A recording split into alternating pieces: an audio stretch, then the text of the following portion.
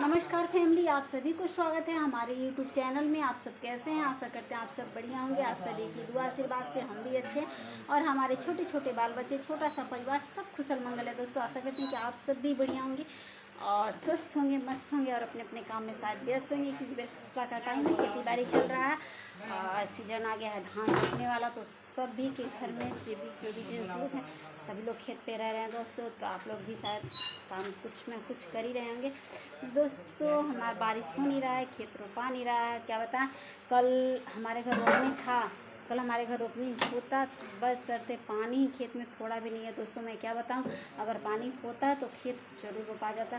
खेत मेरा तैयार है, बस पानी की वजह से खेत नहीं रोपा रहा है। हमारे पतिदेव बोल रहे हैं कि कितना पानी करके खेत रोपाएगा, इस वजह से खेत नहीं रोपा रहे हैं।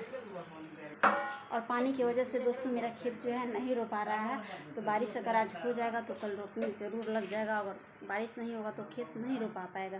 तो मैं क्या बताऊं दोस्तों, हमारी सासू माँ जो है बहुत बेचैन है और हमारे ससुर जी से झगड़ा लड़ाई कर रही हैं कब से, वही इसी विषय में टन टन टन टन हो रहा था।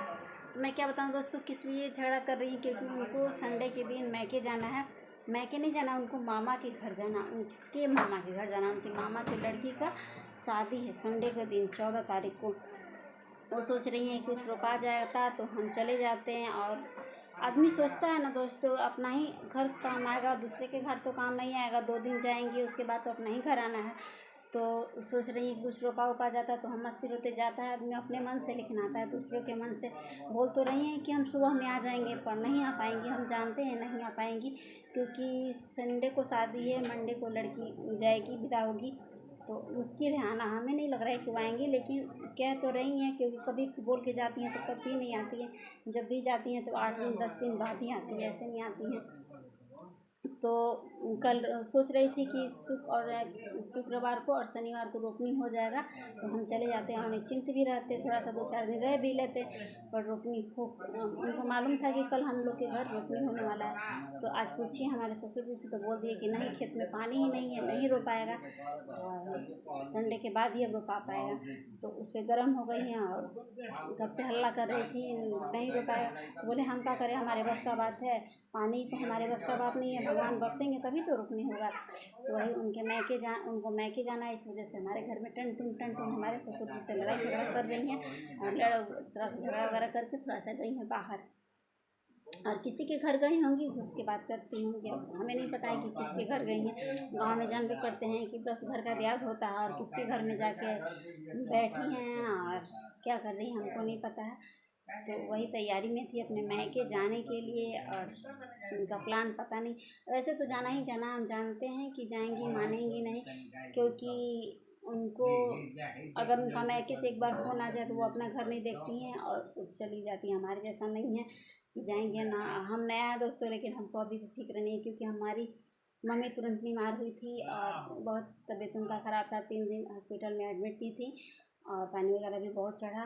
घर पे भी बहुत दिन हमारी दोनों बहनें आ गई, देखने के लिए गई थी, जीजा लोग भी आए थे, बट हम नहीं गए थे यहाँ से और वीडियो कॉल पे ही बात करके हम रह गए थे। दोस्तों हम क्या बताएं क्यों नहीं गए थे, कि हमारे बच्चे का तबीयत ठीक नहीं था उस टाइम, मेरा बच्चा भी बीमार था, इस वजह से हम नहीं जा पाए।